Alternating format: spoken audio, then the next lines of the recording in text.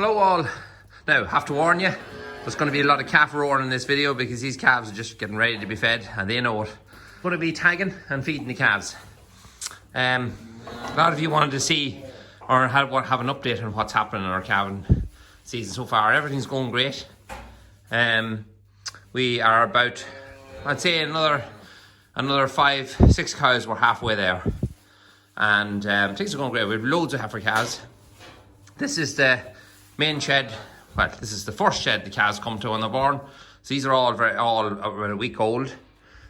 Yeah, so and then they moved up to a larger house up there, and then they moved from there into another larger house down below. We have 2 or 3 larger houses down below where they just get moved on as they get older. Introduction then to a bit of calf crunch and a bit of roughage, as in hay, and so on. That's just the start of their life. There's a good group of calves going today, and they're all actually going to County Roscommon, to a farmer down there who's going to rear them. So they're going on to their own lives. But look at, as I say, up here now, we're going to be starting milking, and we're going to get milk for these calves and get them fed, and then we'll do a bit of tagging and show you the process in it. So hope you enjoy, and let's get cracking.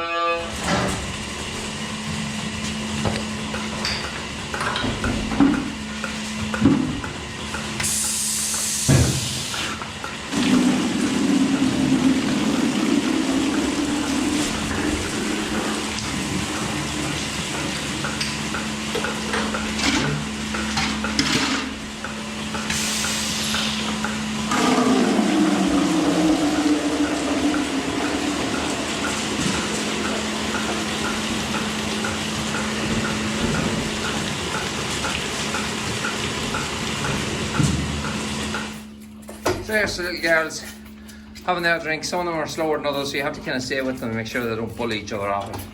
Like the one on the end there, she's only out coming into this house now, so I have to stay with her to make sure she gets our full amount. Before the rest of them just throw her out of us. Some of them here is almost finished, and others aren't, so I want to make sure they all get the same amount. And handy video, yeah, I feed a lot of calves in a short space of time. You can see they're all drank now.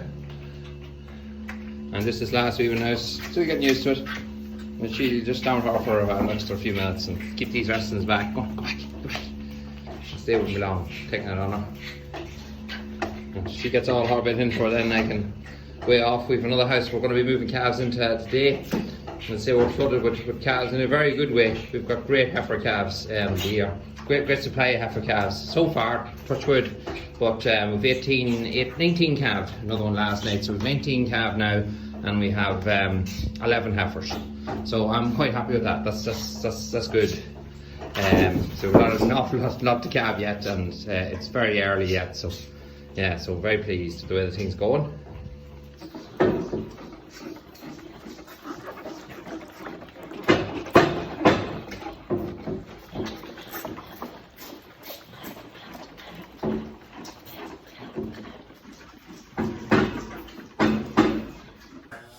My daughter was feeding them here last night, and compared to the Friesian is such an easy calf to feed. But most of them, 90% of them, 95% of them, are very, very easy fed.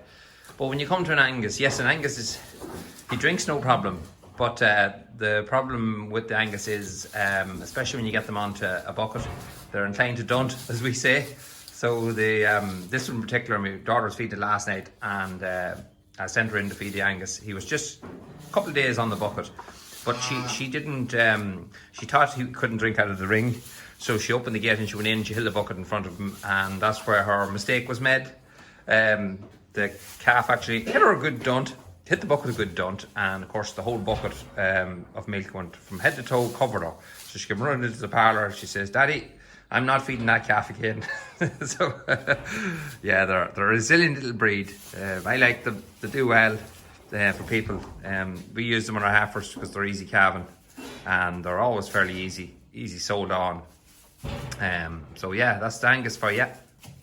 I don't have time to feed the calves in the morning times because the kids wouldn't be here, and just there would be no one to help. So you'd be busy enough kind of holding cows that have penicillin and things in them, and you wouldn't have time to really go out and do any feeding. So I've noticed with a lot of other farmers, what they do when they're feeding calves after the milk is obviously the milk has gone cold, so they just add a bit of hot water into the milk. Now I'm not a fan of doing that, especially with young calves. I like to give the milk as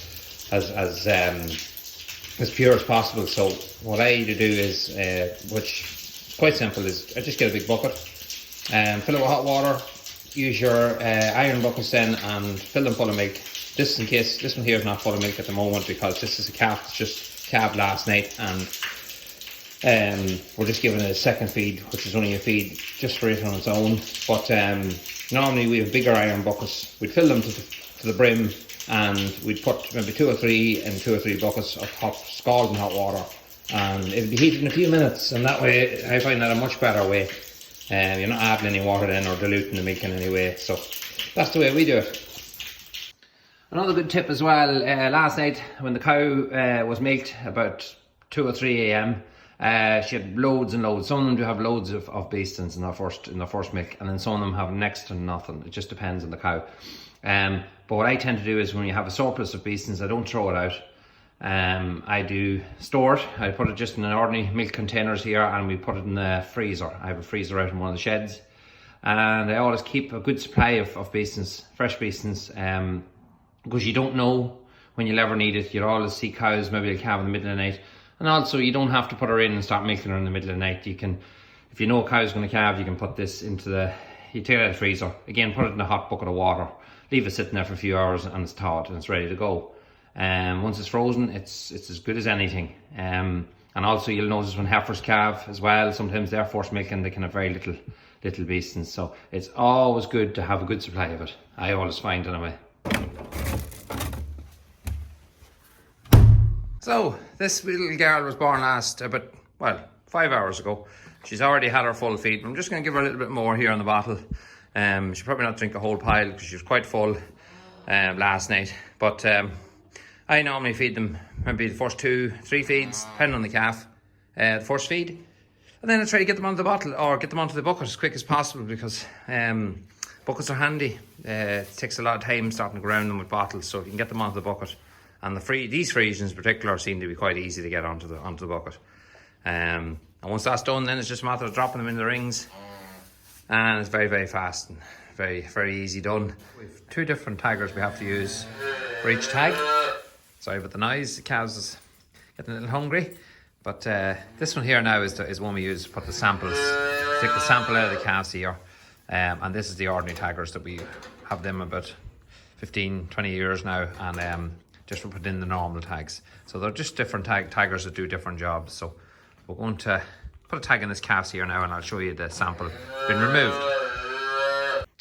So that's it in the tagger. As you can see there, into the calves here, and this clamp's closed, and you can see that it just cuts through that calves here and leaves a little sample then in this white container, and in turn that pops out when you retract the applicator, and then you put that into your little sample bottle for sending away. So it's a simple thing. The calf doesn't really feed it, you do it quickly, never feels a thing, and that's the way that works. So another thing is, there's 2 veins on the calves here. I don't know if you can see it there, but there is 2 little veins. There's them there. You see one at the bottom, but you can't just see the top one. But what happens is, what you're supposed to do anyway, is put the tag kind of halfway into the calf's ear and between them 2 veins, so that calf's ear, then the tag grows into the calf's ear, and it doesn't be too tight to the ear canal or too far out to the end of the ear, which could leave the tag to get ripped off at a later date. In general, just take your time. We hold the calf as firmly as possible and just click it in between the 2 veins. That just fits over there. Then you clamp your taggers closed. I had to give it a little tap. So that's it. That's another nice bag of samples now. It has to go off to be tested. And another nice evening's paperwork for me. But sure, Hutton's going to help me, aren't you? Yeah.